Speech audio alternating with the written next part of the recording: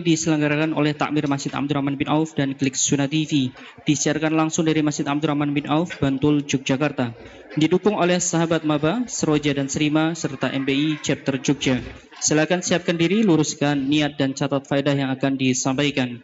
Sebelum masuk pada materi kajian, kami sampaikan bagi jamaah yang hadir, mohon jamaah mengisi soft di depannya yang masih kosong, dan tablik akbar ini berlangsung dengan jeda kumandang adzan Isya. Hari ini 5 Muharram 1447 bertepatan dengan 30 Juni 2025. Isya jatuh pada pukul 18:50 waktu Indonesia Barat. Selepas kumandang adzan Isya nanti dilanjutkan materi dan juga tanya jawab. Kajian akan dicukupkan kurang lebih hingga pukul 19:30 waktu Indonesia Barat. Kami sampaikan bagi pemirsa dan hadirin, seluruh pertanyaan dilayangkan melalui nomor WhatsApp sebagaimana yang tertera di dinding-dinding masjid dan juga layar pemirsa pada siaran langsung. Kami sampaikan bagi ayah dan bunda untuk menjaga putra-putrinya selama di lingkungan Masjid Abdurrahman bin Auf. Kami juga mengingatkan, pastikan alat komunikasi telah dikondisikan, khususnya alarm aplikasi waktu sholat agar dapat diperhatikan. Dan jamaah dilarang merekam dalam bentuk video, audio, serta mengambil gambar, kecuali panitia yang bertugas. Kiranya demikian menjadi informasi dan maklumat. Dan kepada Ustadz Abdullah Zain kami persilahkan. Bismillahirrahmanirrahim. Assalamualaikum warahmatullahi wabarakatuh. Alhamdulillahi wa kafa, wassalatu wassalamu ala rasulihil mustafa wa ala alihi wa sahbihi wa man iktafa, amma ba'd. Para hadirin dan hadirat sekalian yang kami hormati, dan juga segenap pendengar serta pemirsa rahimani wa rahimakumullah. Siapapun yang mencermati perkembangan dakwah sunnah, terutama di tanah air yang tercinta ini, membandingkan antara kondisi sekian belas atau sekian puluh tahun yang lalu, bandingkan dengan kondisi hari ini, maka dia akan melihat bahwa perkembangan dakwah ini sangat pesat. Beberapa belas atau puluh tahun yang lalu, tidak jarang pengajian-pengajian itu hidup segan mati, tidak mau. Berpindah-pindah dari satu tempat ke tempat yang lain, dari satu masjid ke masjid yang lain, karena bolak-balik diusir. Yang hadir bisa dihitung dengan jari-jari tangan. Saya ingat awal tahun 2000-an, ngisi kajian usul salasah di sebuah musola di salah satu kampus negeri. Yang hadir berapa kira-kira? 3 orang. 3 orang. Hari ini dengan taufik dari Allah Subhanahu wa ta'ala, dakwah berkembang begitu pesat, menyentuh hampir seluruh lini kehidupan. Enggak di kota, enggak di desa. Enggak hanya untuk orang-orang awam, termasuk juga kaum terpelajar.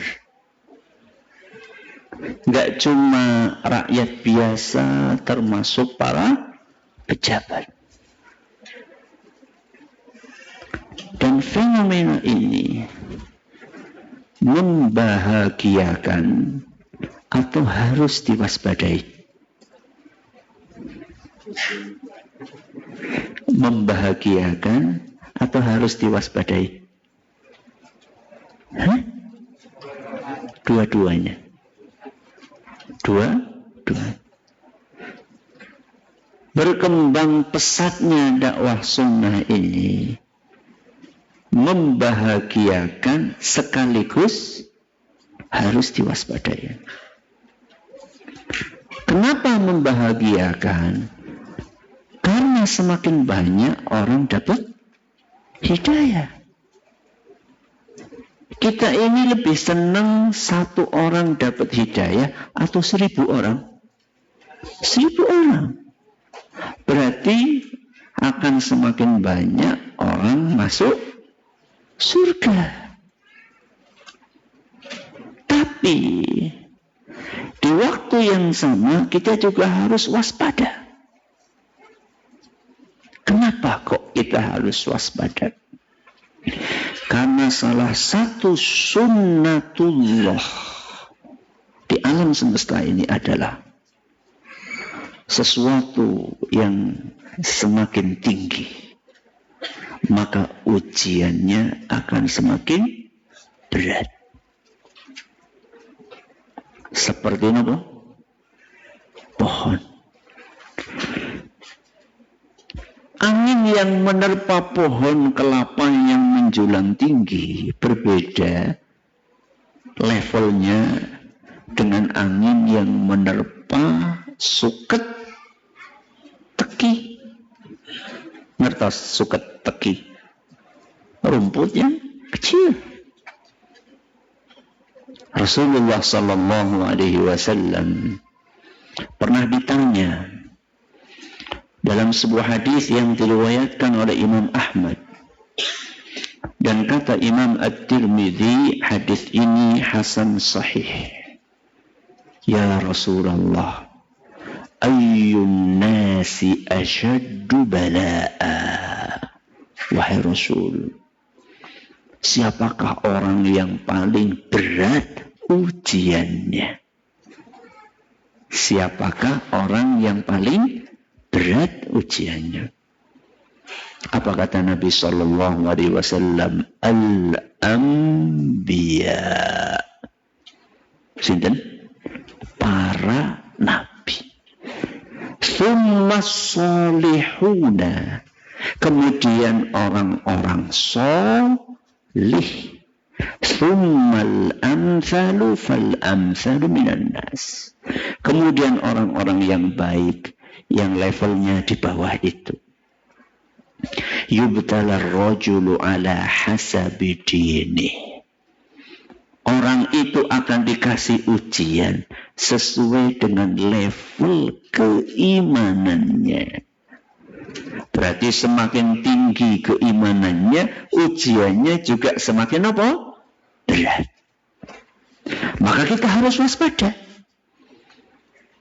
Karena semakin berkembang dakwah ini, ujiannya pun juga akan semakin berat dan semakin beragam.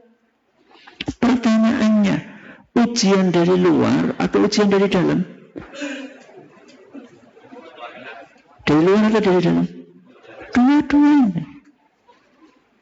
Ujian dari luar juga banyak, ujian dari dalam juga banyak.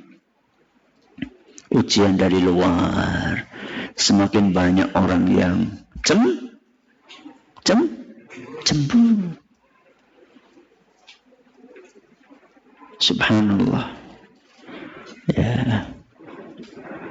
Ada orang pernah menyampaikan ke kami ketika awal-awal merintis dakwah di kampung. Seorang kiai juga, kiai kampung. Mas, yang kayak saya saja, kiai kampung, itu sudah berdakwah di kampung ini belasan tahun. Responnya sedikit banget. Apalagi yang kayak jenengan ini.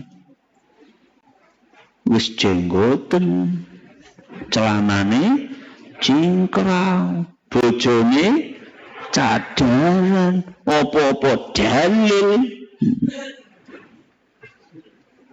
Mungkin menurut beliau ini tak mungkin kayak jenengan itu akan diterima. Wong kayak saya saja nggak diterima. Kok kayak jenengan itu mau dakwah di sini piye? Ternyata malah berkembang pesat. Maka tidak sedikit orang-orang yang gak suka. Sehingga kita sering mendengar ada penolakan, ada pembubaran, dan seterusnya. Ini ujian dari mana? Luar. Kemudian kita juga harus mewaspadai ujian dari mana? Dalam. Internal kita. Dan belum tentu orang yang berhasil menghadapi ujian dari luar, dia akan berhasil menghadapi ujian dari dalam. Belum tentu. Sebagaimana ujian dari luar itu berat, ujian dari dalam juga berat. Sebagaimana ujian dari luar bermacam-macam, ujian dari dalam juga bermacam-macam. Dan salah satu ujian berat yang ada di dalam internal kita adalah munculnya fenomena ngaji tanpa arah. Napa? Ngaji tanpa arah. Apa Ustadz maksudnya ngaji tanpa arah? Sebelum kita jelaskan apa maksudnya ngaji tanpa arah, kita perlu memahami bahwa ngaji tanpa arah ini bertingkat-tingkat, berlevel-level. Masing-masing level ini punya ciri khasnya sendiri-sendiri. Dan punya cara untuk menanganinya. Ngaji tanpa arah itu dialami oleh level orang-orang awam. Ini yang pertama. Dan juga dialami oleh ikhwan, akhwat yang sudah ngaji. Ada berapa level? 2. Yang pertama levelnya orang awam, yang kedua apa? Levelnya ikhwan akhwat yang sudah ngaji. Mari kita bahas satu persatu. Ngaji tanpa arah level pertama buat siapa? Orang awam. Apa itu? Ketika seseorang ngaji tanpa ada seleksi. Ngaji sakne muni. Tanpa pertimbangan yang matang, pokoknya ada pengajian rame-rame, apalagi ada makanan dan berkate mangkat. Kancane ngalor melu ngalor, kancane ngidul melu ngidul, kancane nyemplung sumur ora melu.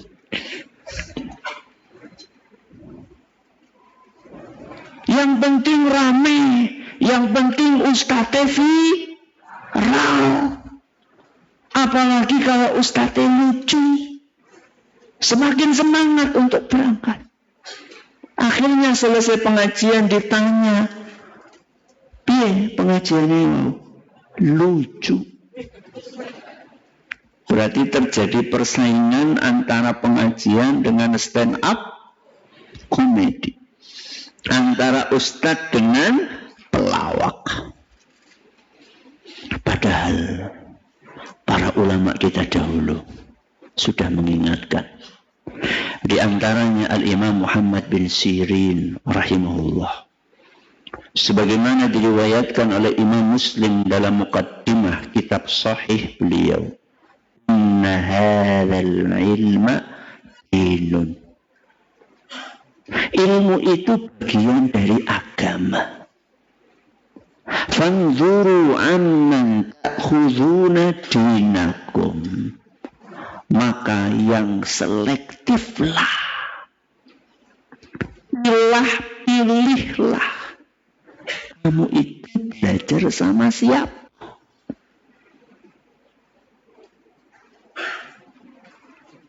Saya pernah menyampaikan pengajian judulnya antara dokter dengan kiai. Apa judulnya? Antara dokter dengan kiai. Kita itu kalau mau ke dokter mengobati penyakit-penyakit fisik, selektif nggak? Selektif nggak? Selektif. Ada di antara jenengan mau mengobati gigi, pergi ke dokter hewan, wonten? Nah, ketika ditanya, loh mas, kan dokter juga, ya tapi kan beda spesialisasi. Coba kalau ada pengajian, mas ngaji nanti, ya di sana, loh, apa kiai ini mantap, sing penting kiai. Itu kan kayak tadi, yang penting dokter, walaupun dokter hewan. Yeah. Berarti kita itu harus selektif. Nah, cara menyeleksinya gimana Ustaz? Asy-Syaikh Al-Utsaimin hafizahullah ta'ala menyebutkan sekurang-kurangnya 3 kriteria untuk menilai ini orang layak diambil ilmunya atau tidak. Yang pertama, mumpuni. Apa? Mumpuni. Yang kedua, mengajar. Dan yang ketiga, layak diteladani. Siapa yang bisa ngulangi? Hadiahnya enggak? Tidak ada. Siapa yang bisa ngulangi? Ya.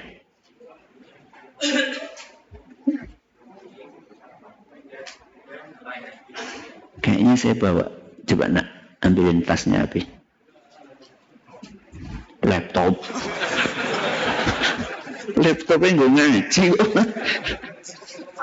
Ilmu ustadznya di laptopnya piye. Nah, stiker. Nah, masalah. Tolong sampai. Apa yang pertama? Mumpuni. Yang kedua? Cakap mengajar. Yang ketiga? Layak diteladani. Apa yang dimaksud mumpuni? Menguasai disiplin ilmu tersebut. Itu maksudnya. Menguasai disiplin ilmu tersebut. Kalau kita mau belajar akidah, itu harus sama orang yang menguasai akidah. Kita mau belajar fikih, ya harus kepada guru yang menguasai apa? Fikih. Lo tahunya Ustadz dia menguasai atau tidak menguasai, dilihat dari asal usul proses belajarnya. Dilihat dari background ilmiahnya. Dulu dia belajar akidah di mana? Sama siapa? Ngaji kitab apa saja? Jadi nggak bisa ujuk-ujuk hijrah langsung jadi nopo? Ustadz kita ini. Harusnya hijrah itu belajar, bukan jadi nopo? Ustadz. Oh berarti nggak boleh Ustadz jadi Ustadz. Boleh, tapi belajar dulu. Apa yang pertama? Mumpuni. Yang kedua, nopo? cakap mengajar.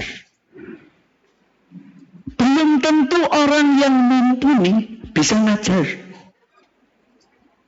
Belum tentu orang yang mumpuni bisa ngajar. Wis gampang.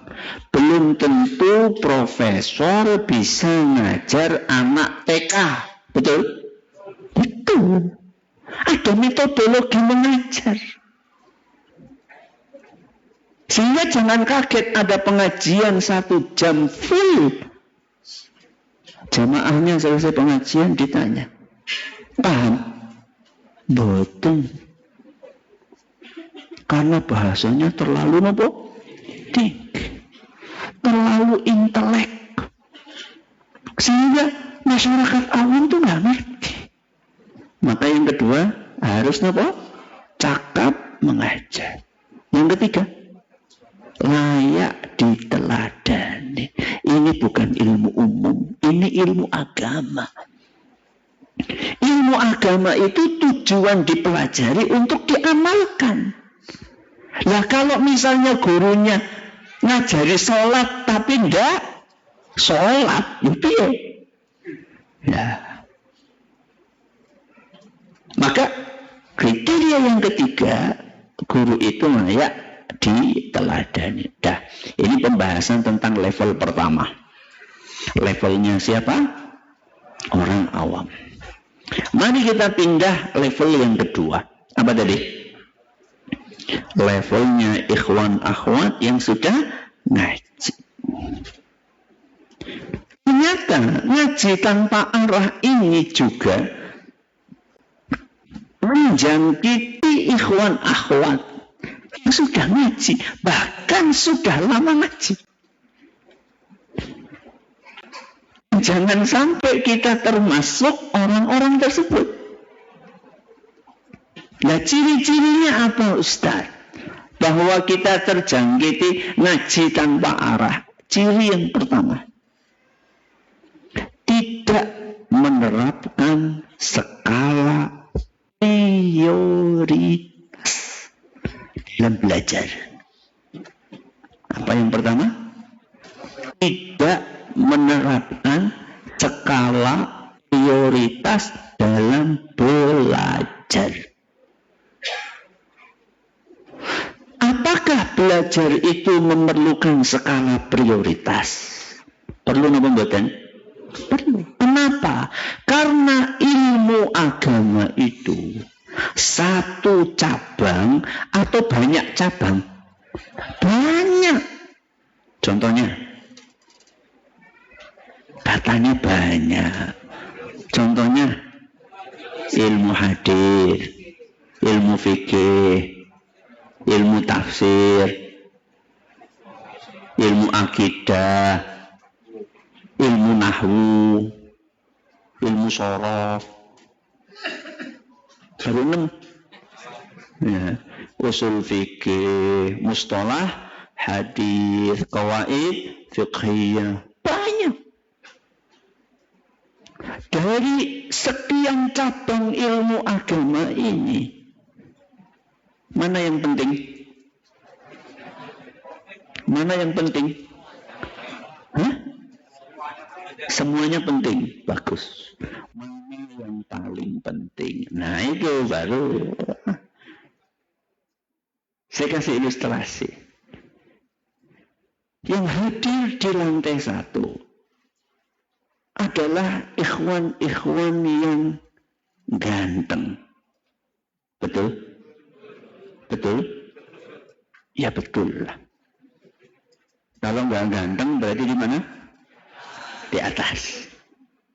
Tapi pertanyaannya, dari ikhwan-ikhwan yang ganteng ini, yang paling ganteng siapa? Kalau ada yang ngangkat tangan itu terlalu pede.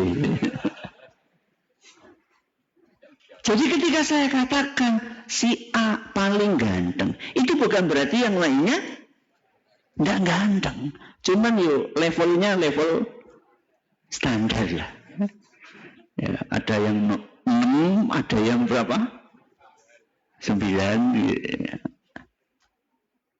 Jadi ketika kita katakan cabang-cabang ilmu agama itu penting, semuanya penting. Hadis penting, fikih penting, tafsir penting, akidah penting. Tapi dari yang penting-penting ini ada yang paling penting. Ilmu yang paling penting ini hukumnya fardhu ain. Itu yang dimaksud dengan sabda Nabi Sallallahu Alaihi Wasallam yang diriwayatkan oleh Al-Imam Ibnu Majah, dan hadis ini dinilai sahih oleh Syekh Al-Albani. Talabul ilmi fariidatun ala kulli muslim. Belajar ilmu agama itu hukumnya wajib bagi setiap muslim. Berarti kalau jenengan ada pengajian tabligh akbar, kok jenengan tidak hadir, dosa atau tidak? Dosa atau tidak? Tidak.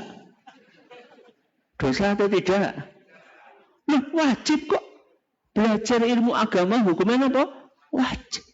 Nggak menjalankan wajib itu dosa atau tidak? Dosa. Berarti kalau nggak hadir tabligh akbar, bingung. Jawabannya tergantung. Yang dibahas di tabligh akbar itu ilmu yang fardhu ain atau bukan.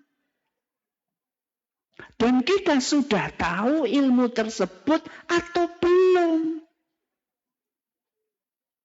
Jadi kita itu harus punya skala prioritas. Al-Imam Al-Baghawi di dalam kitab beliau Syarhus Sunnah, beliau menyebutkan beberapa ilmu-ilmu yang fardhu ain. Salah satunya adalah ilmu tauhid, ilmu akidah.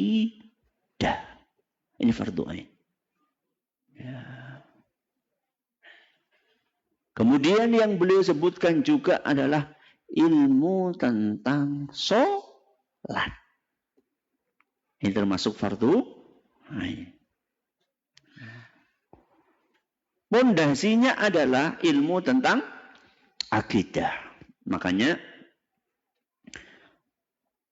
salah seorang sahabat Nabi SAW namanya Jundub ibnu Abdillah radhiyallahu anhu, beliau bercerita, kunna ma'an nabiyyi sallallahu alaihi wasallam wa nahnu fityanun hazawirah. Dulu kami bersama Rasul sallallahu alaihi wasallam ketika kami masih anak-anak. Fata'allamna al-imana qabla an nata'allama al-Qur'an. Dan kami dulu belajar iman dulu, baru belajar Quran. Napa? Belajar iman dulu, baru belajar Quran. Berarti ini ada prioritas atau tidak ada? Ada. Prioritasnya adalah mempelajari prinsip-prinsip keimanan. Nilai-nilai keimanan yang dikandung di dalam Al-Quran. Baru setelah itu belajar cara membaca Al-Quran. Summa ta'allamna al-Qur'ana fazdadna bihi imana. Setelah itu baru kami belajar cara membaca Al-Quran. Dan setelah itu iman kami semakin bertambah. Karena Quran yang kami pelajari mendukung dan menguatkan nilai-nilai keimanan yang sudah kami pelajari terlebih dahulu. Hadis riwayat Ibnu Majah sudah dinilai sahih oleh Syekh Al-Albani. Berarti ada skala nopo? Prioritas. Di zaman ini ada enggak orang-orang yang hafalan Qur'annya banyak, dibangunkan sholatnya susah. Wonten napa mboten? Hah? Kathah. Niku anake sinten?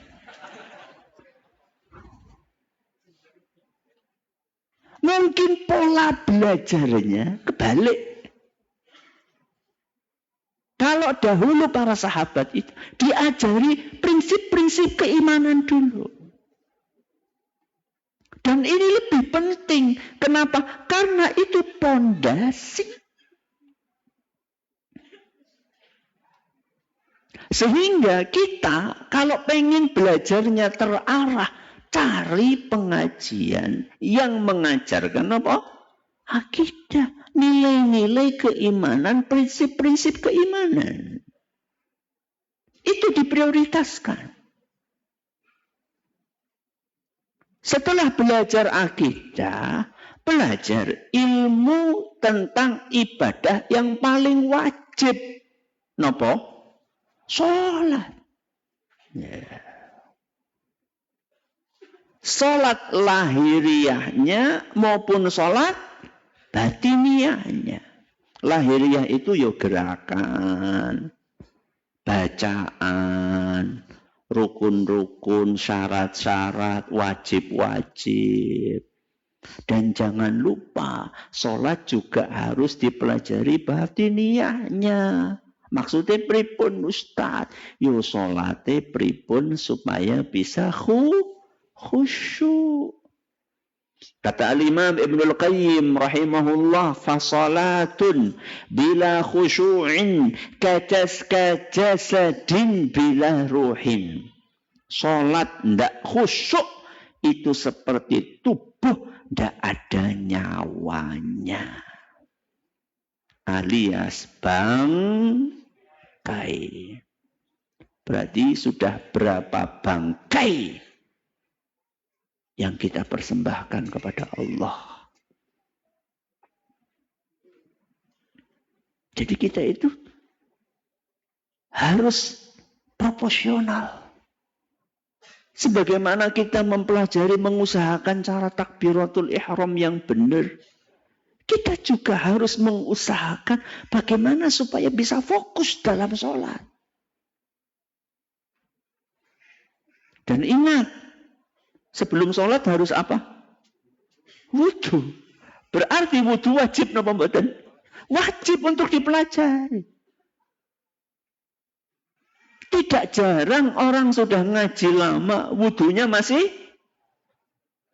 belum benar. Wong lagi mengusap kepala kok malah mengusap batuk iki. Pripun? Pluk. Harusnya kan wamsahu biru'usikum. Usaplah napa? Kepala. Yang dicontohkan oleh Nabi SAW dari mana? Depan sampai belakang, terus tarik ke depan.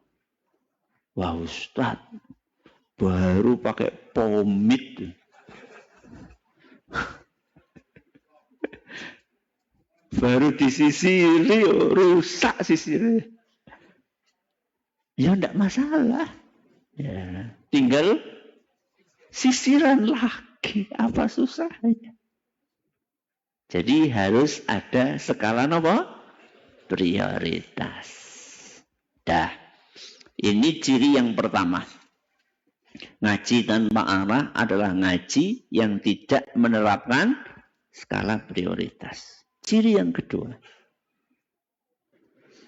Ngaji tanpa arah itu adalah ngaji yang tidak sistematis. Kenapa? Ngaji yang tidak sistematis. Perlu kita pahami, ilmu agama itu banyak atau sedikit? Banyak. Luas atau sempit? Luas.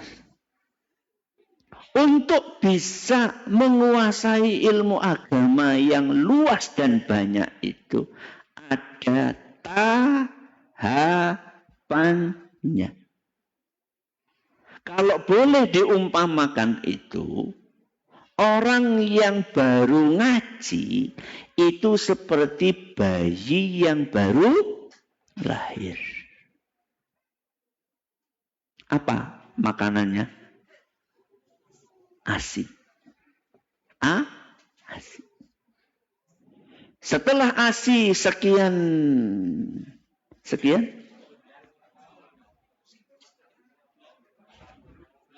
bulan dikenalkan dengan bubur atau pisang. Jenengan punya anak enggak sih? Anaknya 10 orang ngerti. Intinya ada apanya? Ada tahapan. Jadi kira-kira belajar ilmu agama itu ya mirip-mirip. Karena ilmu itu makanan. Makanan apa? Makanan hati. Sehingga proses mengonsumsinya juga ada apanya? Ada tahapan. Gak bisa kita pengen menguasai langsung. Gak bisa. Ya. Bahkan berbahaya. Makanya kata seorang ulama, ta'amul kibari summus sigar. Makanan orang dewasa adalah racun untuk bayi. Kenapa? Makanan orang dewasa adalah racun untuk bayi. Ini orang dewasa bukan? Orang dewasa. Apa makanannya jenengan? Rawon. Apalagi? Gudeg. Apalagi? Mendoan. Harus itu disebutkan. Apalagi? Soto, bakso, gule, sate, tongseng, sing pedes sisan. Ini makanannya orang dewasa. Apa yang terjadi kalau kita suapkan kepada bayi? Apa yang terjadi? Keracunan, racun. Jadi yang bermasalah itu bukan makanannya. Yang bermasalah kenapa diperuntukkan kepada bayi. Jadi jenengan itu kadang-kadang kan suka mendengar dulu ya, orang dulu. Ojo mondok, mbok stres. Kayak. Mondok pulang-pulang ketawa sendiri. Kaboten ilmu. Akhirnya orang mau masukkan anak ke pondok, nopo? Takut. Mbok nanti stres gila kayak anak itu. Itu bisa jadi anak tersebut mondok langsung dapat ilmu yang levelnya harusnya untuk sinten? Untuk lanjutan. Ya. Loh, itu bukan hanya dalam ilmu agama. Ilmu umum pun sama. Berhitung, matematika. Pertama kali kita belajar apa? Tambahan. 1000 tambah 5000? Bukan. 1 tambah 1. Setelah tambahan apa? Pengurangan. Setelah pengurangan? Perkalian. Setelah perkalian? Pembagian. Masa anak baru belajar berhitung langsung diajari sinus, kosinus, tangen? Semaput. Jadi salah satu ciri ngaji yang tanpa arah adalah ngaji yang tidak sistematis. Yang sistematis itu yang seperti apa, Ustadz? Yang sistematis itu adalah belajar dari level yang paling dasar. Nanti naik ke level menengah, baru level apa? Lanjutan. Dan subhanallah, para ulama kita, para ulama Rabbani kita, itu ketika mereka ngarang buku, itu mereka bikin buku tadi itu bertingkat-tingkat. Ada buku yang tipis untuk sinten pemula. Ada buku yang agak tebal dikit untuk menengah. Ada buku yang tawabel. Ya, ini sighatul mubalaghah. Orang Jawa Timur kan gitu, tawabel. Artinya tebal apa? Banget.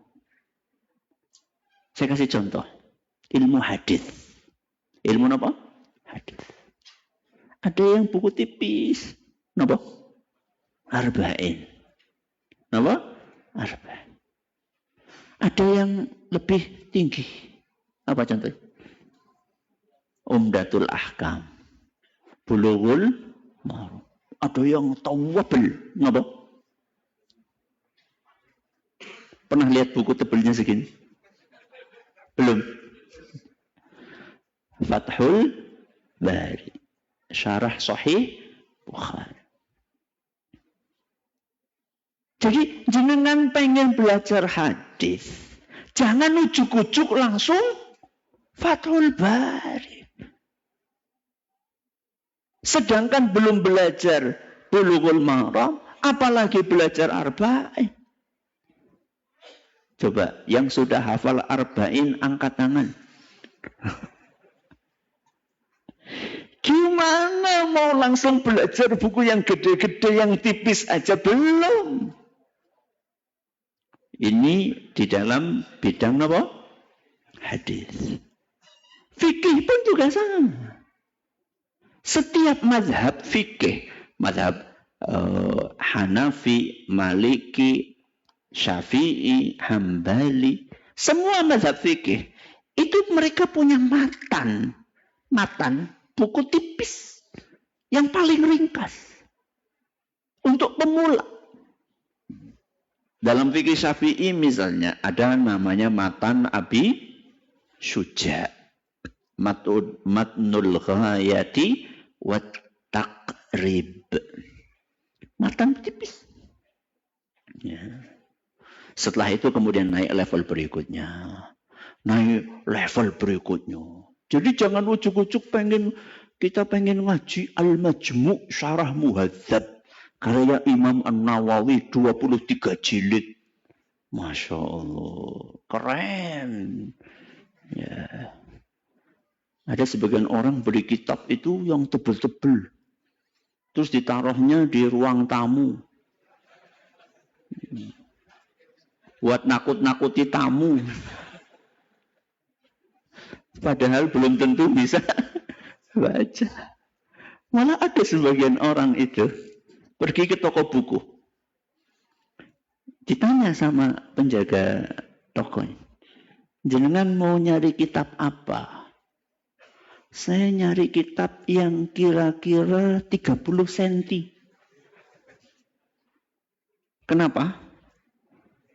Karena raknya itu sudah penuh semua, ada sisa 30 cm. Ben keton penuh semua. Subhanallah. Ya. Jadi belajar itu ada sistematikanya. Akidah pun juga sama. Jangan dipikir buku akidah itu semuanya cuma usul salasa atau wasitiyah, ya, atau kitab tauhid. Yang tebal-tebal juga banyak. Ya. Syarah usul i'tiqad ahli sunnah wal jamaah. Syarah usul i'tiqad ahli sunnah wal jamaah. Yang ditulis oleh salah seorang ulama mazhab Syafi'i. Yang dikenal dengan julukan Imam Al-Lalikai atau Al-Lalakai. Itu sekitar 6 jilid. Tebal. Tapi apa kita langsung belajar itu? Lawang usul salasah aja nggak pernah belajar. Nggak khatam-khatam usul salasah. Ya.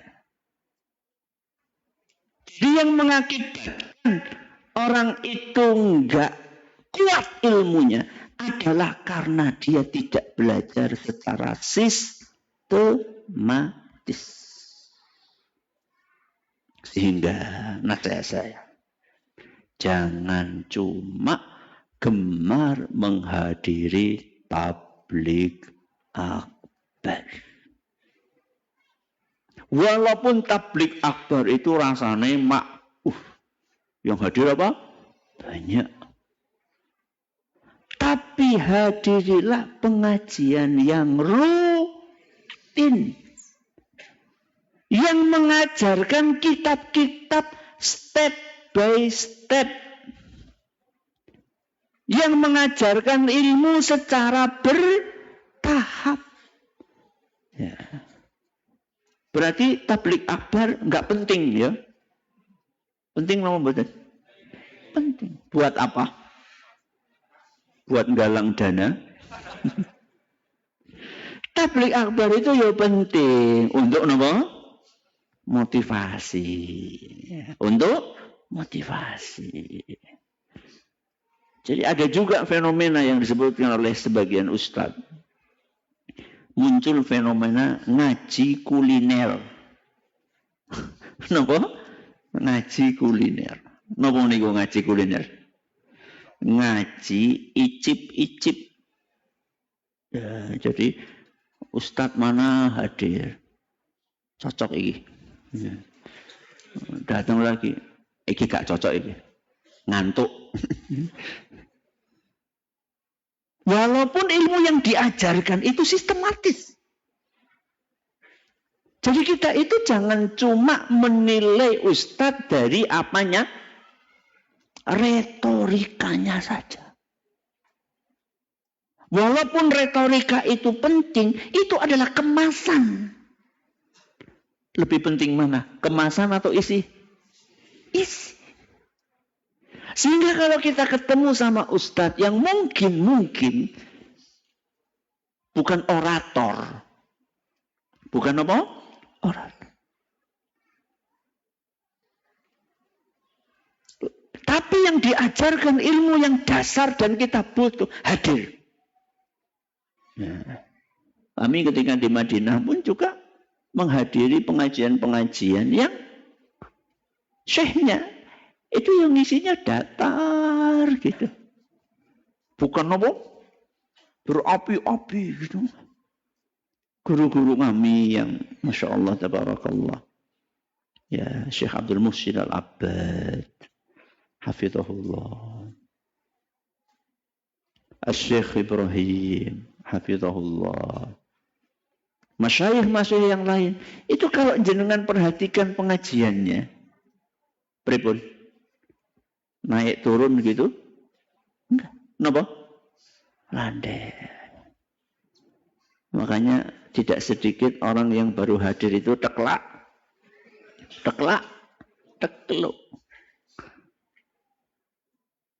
Tapi ilmu yang mereka ajarkan itu betul-betul ilmu yang berbobot. Materi yang disampaikan itu materi yang betul-betul ada isinya. Istilah kita hari ini daging semua. Sebagian orang ngisi pengajian semuanya kulit atau gajih, ya. Lemak, ya. Dagingnya sedikit. Subhanallah. Jangan mungkin habis ini coba searching kajian ulama-ulama besar. Syekh bin Baz rahimahullah. Syekh Al-Albani rahimahullah. Kalau Syekh Ibnu Utsaimin itu Masya Allah ya, interaktif gitu ya. Tapi Syekh bin Baz, Syekh Albani, jangan perhatikan. Terutama Syekh bin Baz. Pengajian itu datar, landai. Tidak ada permainan apa? Intonasi. Tapi kalau didengarkan, itu menyentuh hati. Terutama kalau paham.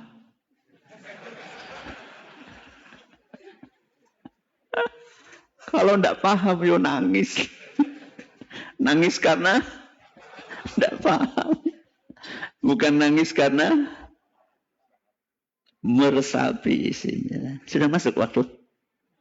Sudah, monggo, azan dulu.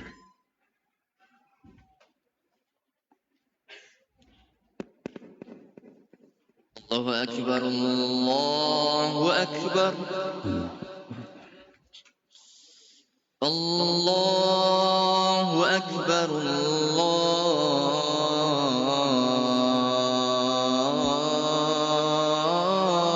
Akbar. Asyhadu an la ilaha illallah.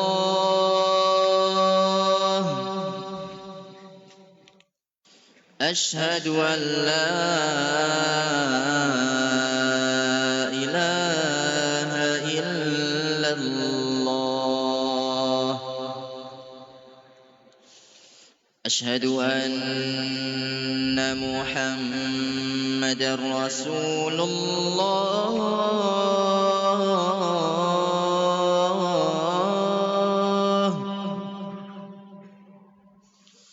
أشهد أن محمدا رسول الله.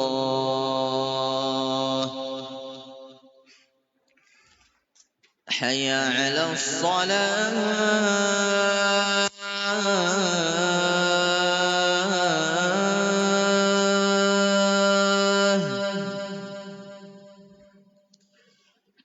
حي على الصلاة.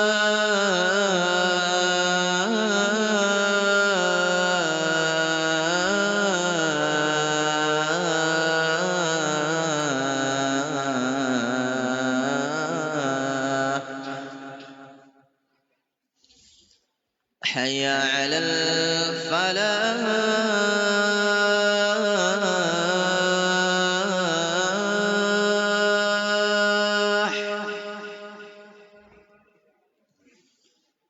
حي على الفلاح.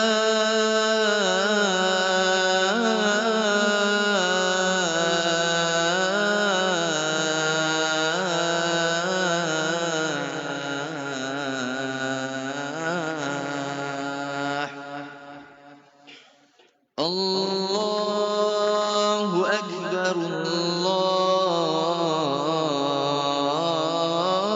الله أكبر. لا إله إلا الله.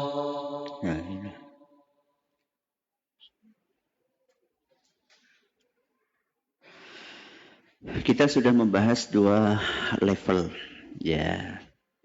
Level yang pertama, level ngaji tanpa arahnya siapa? Orang awam. Yaitu orang-orang yang ngajinya nggak selektif. Level yang kedua, level ngaji tanpa arahnya siapa? Ikhwan akhwat yang udah ngaji. Cirinya ada dua. Apa yang pertama? Tidak menerapkan skala prioritas. Yang kedua, tidak ngaji secara sistematis. Berarti ngaji yang terarah itu yang bagaimana?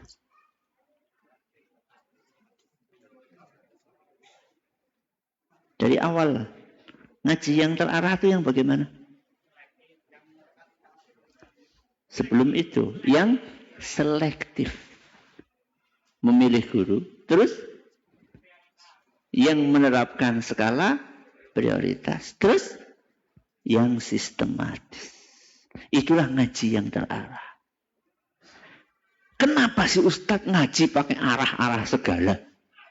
Karena ngaji yang terarah itu banyak keuntungannya. Ngaji yang terarah itu banyak keuntungannya. Antara lain, keuntungan ngaji yang terarah, satu, ilmunya mateng. Napa? Ilmunya mateng. Berarti kalau nggak terarah napa?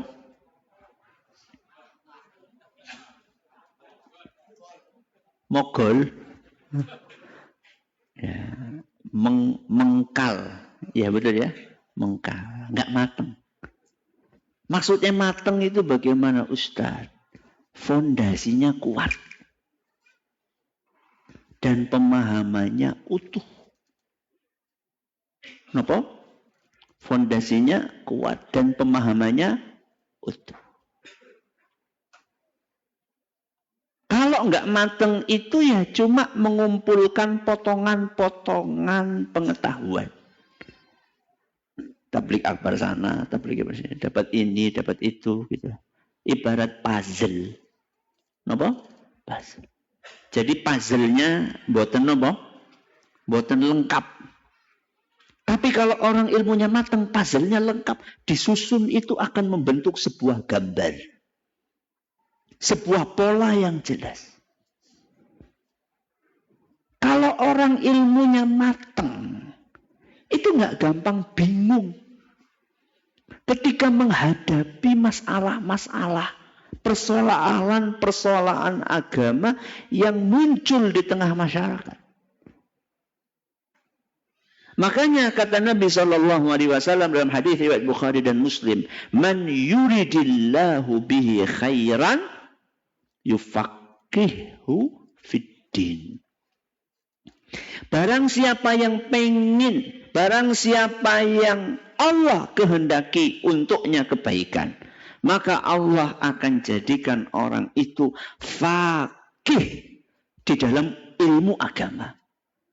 Jadi faqih itu bukan sekedar ngerti, tapi memahami dengan dalam. Itu faqih namanya. Sehingga nggak cukup kita hanya sekedar ngaji-ngaji begitu saja, enggak.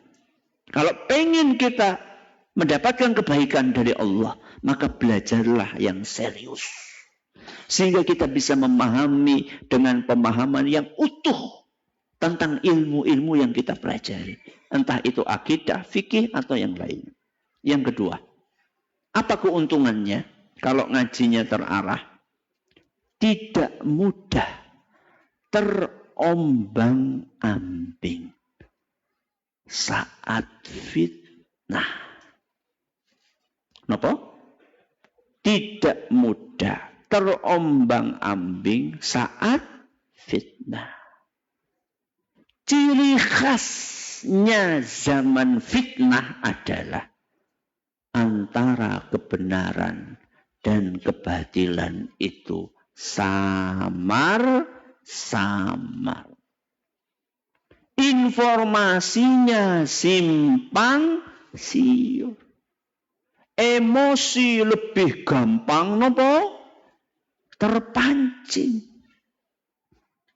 Sehingga percikan api bisa menjadi kebakaran besar. Itu cirinya zaman apa? Fitnah. Orang yang ngajinya terarah, dia nggak gampang terbawa arus. Kenapa? Karena dia punya apa? Pegangan yang kuat. Sehingga dia nggak gampang ikut-ikutan kudeta misalnya. Ikut-ikutan mengkafirkan. Ikut-ikutan melakukan tindak-tindak teror. Kenapa? Karena dia punya pondasi yang kuat.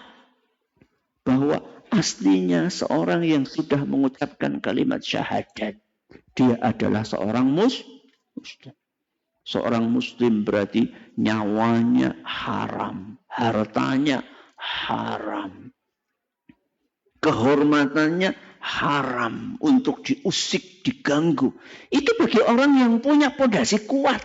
Tapi kalau sekedar ikut ngaji sana, ngaji sini, nggak punya kekuatan pondasi, ada fitnah dikit terbawa.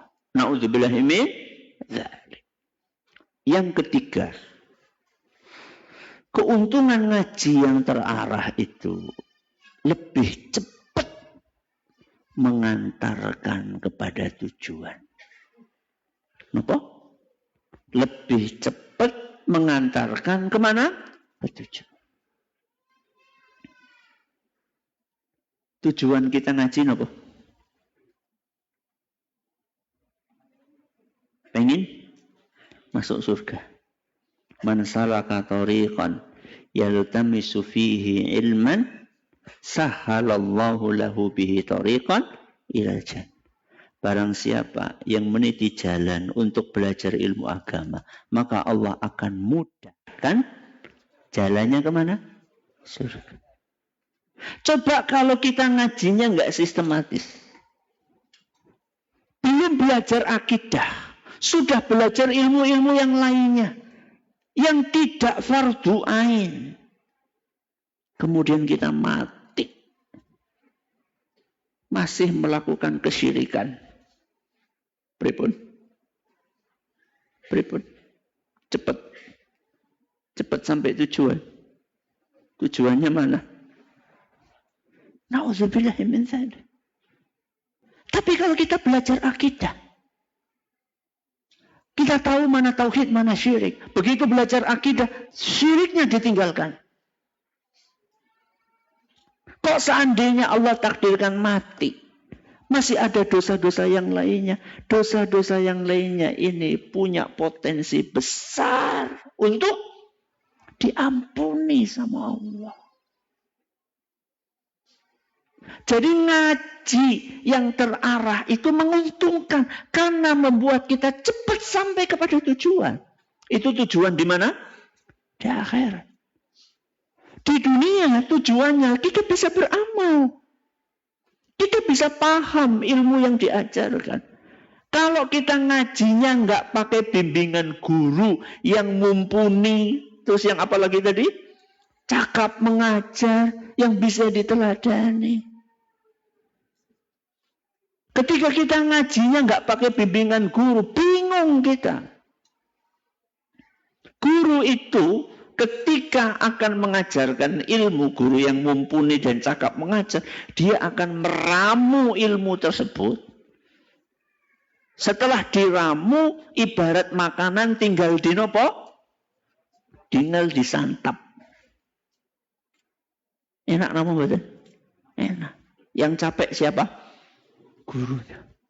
Dia ngeracik. Ya emang tugasnya itu. Dia ngeracik supaya perpaduan antara apanya?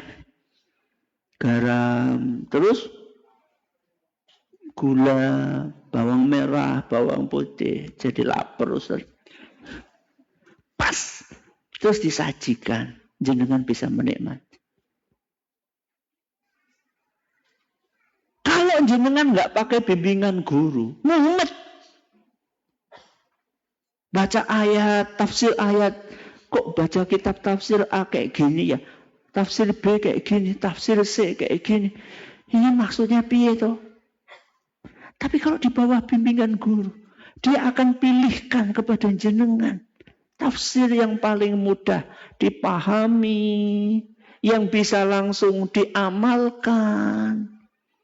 Dan dia mempersiapkannya itu jungkir balik.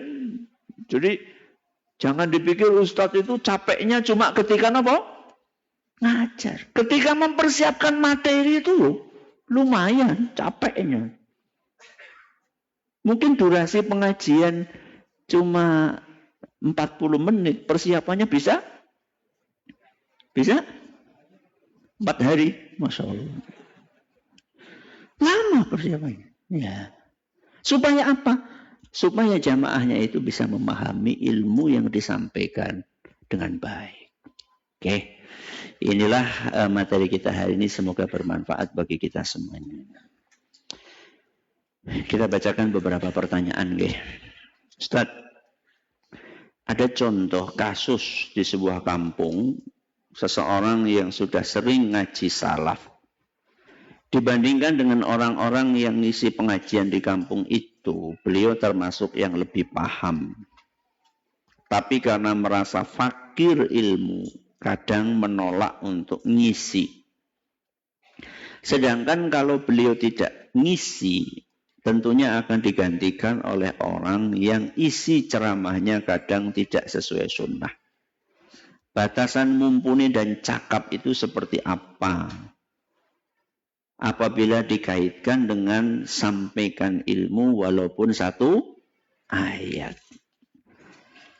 Balighu anni walau ayat. Sampaikan walaupun satu ayat.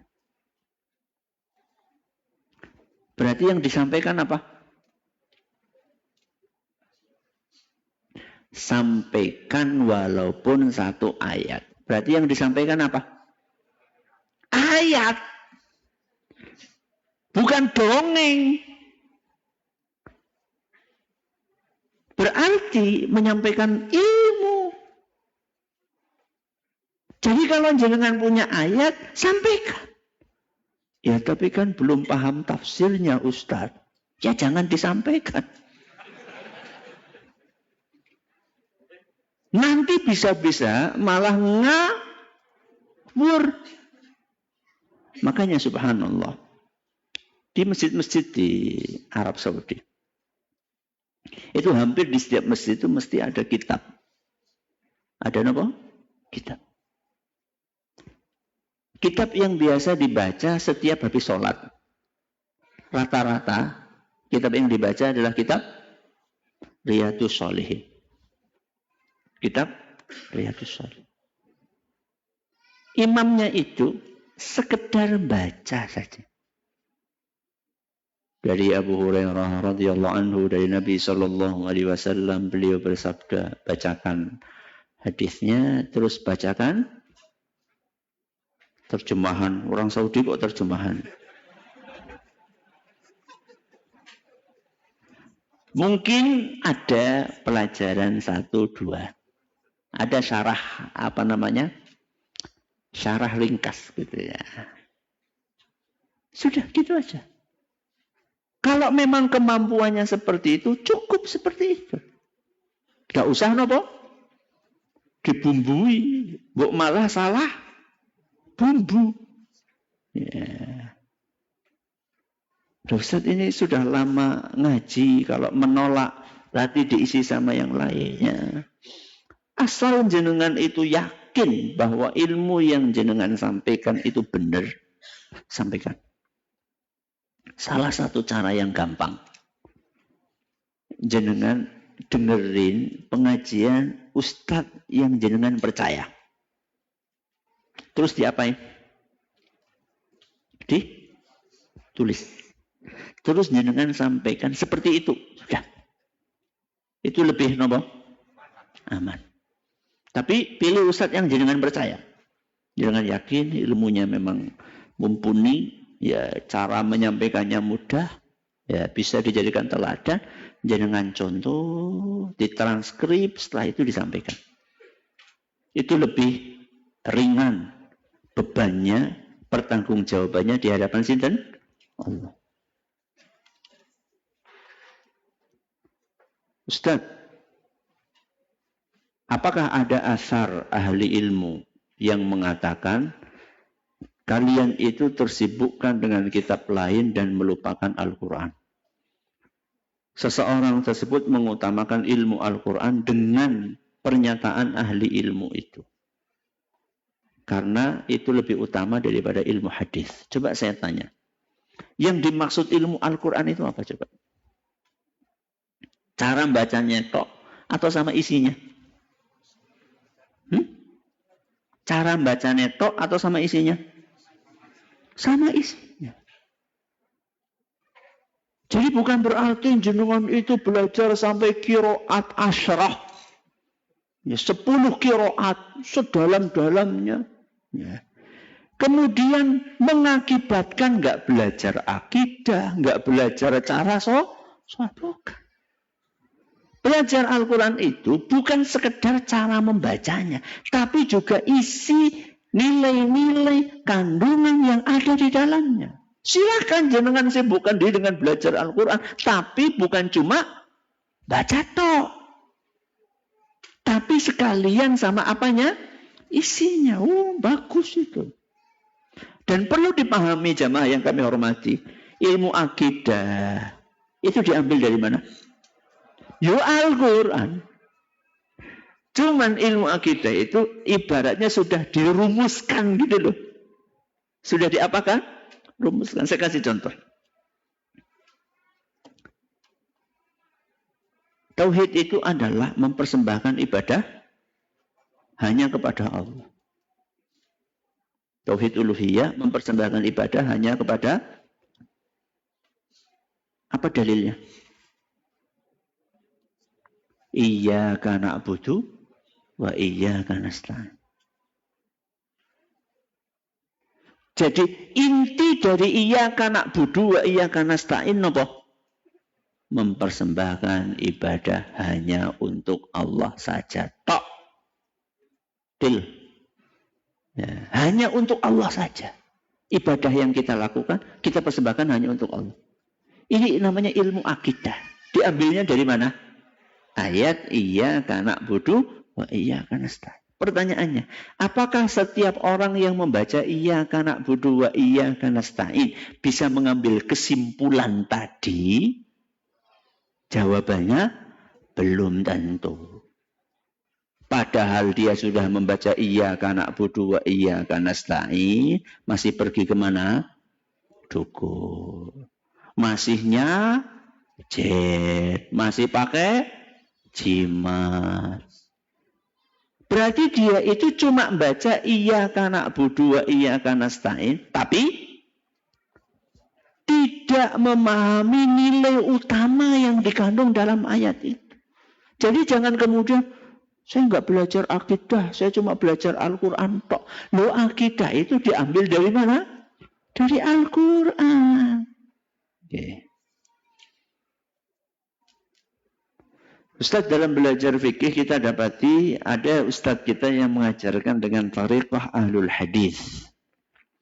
Dan ada yang mengajarkan dengan tariqah fuqaha.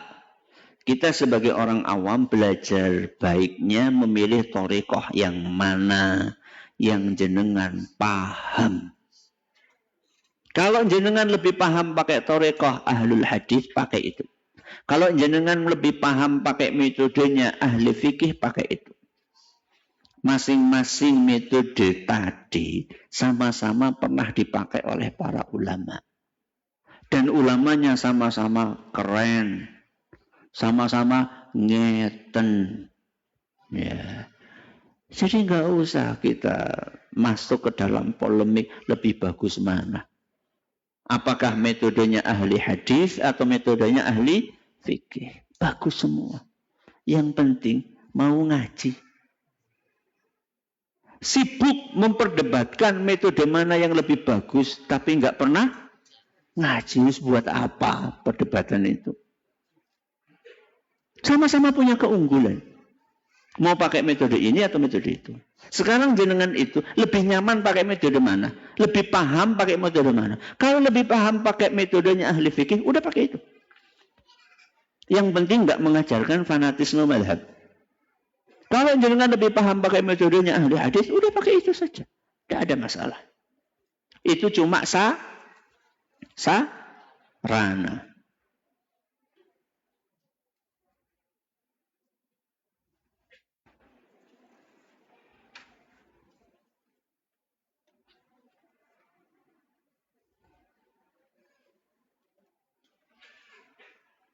Ustadz, bagaimana dengan fenomena yang tadi disebutkan? Banyak penghafal Quran tapi kurang perhatian ibadah mereka. Apa saran dari Ustadz terkait kurikulum yang ada di sekolah atau pondok yang lebih sering menonjolkan materi tahfidz dibandingkan dengan materi inti yang ada di dalam Al-Quran? Berarti harus dilakukan renovasi. Renovasi apa? Kurikulum. Jadi coba lihat bagaimana dulu Rasulullah SAW mendidik para sahabatnya. Udah gitu aja. Coba dilihat. Rasul dulu mendidik para sahabat bagaimana? Dulu ya, dulu. Di zaman Nabi SAW. Kalau ada sahabat yang sudah hafal surat Al-Baqarah. Jallat fi a'yunina. Para sahabat itu langsung menghargai, menghormati sahabat tersebut. Hafal apa? Surat Al-Baqarah. Itu langsung punya kedudukan, disegani, punya wibawa, punya kedudukan tinggi. Dihormati oleh sahabat-sahabat yang lain. Anak-anak kita sekarang hafal surat apa? Banyak. Disegani atau tidak? Mboten. Kenapa coba? Karena para sahabat belajar surat Al-Baqarah. Itu enggak cuma hafal tok. Terus difahami. Terus diamalkan.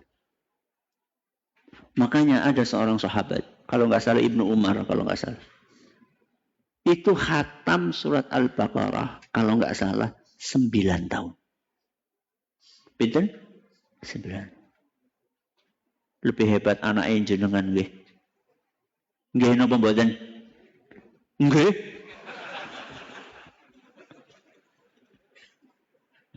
Lebih hebat Ibnu Umar atau anak jenengan? Ibnu Umar. Karena anak kita itu cuma hafal tok. Belum sampai level memahami, apalagi mengamalkan. Jadi harus imbang. Kurikulum di pondok kita itu harus imbang. Antara menghafal dengan memahami, dengan apa? Mengamalkan. Jadi jangan cuma fokus menghafal. Harus ada jam khusus untuk memahami ayat yang dibaca. Terus mengambil kesimpulan. Terus dididik untuk mengamalkan. Harus. Ya.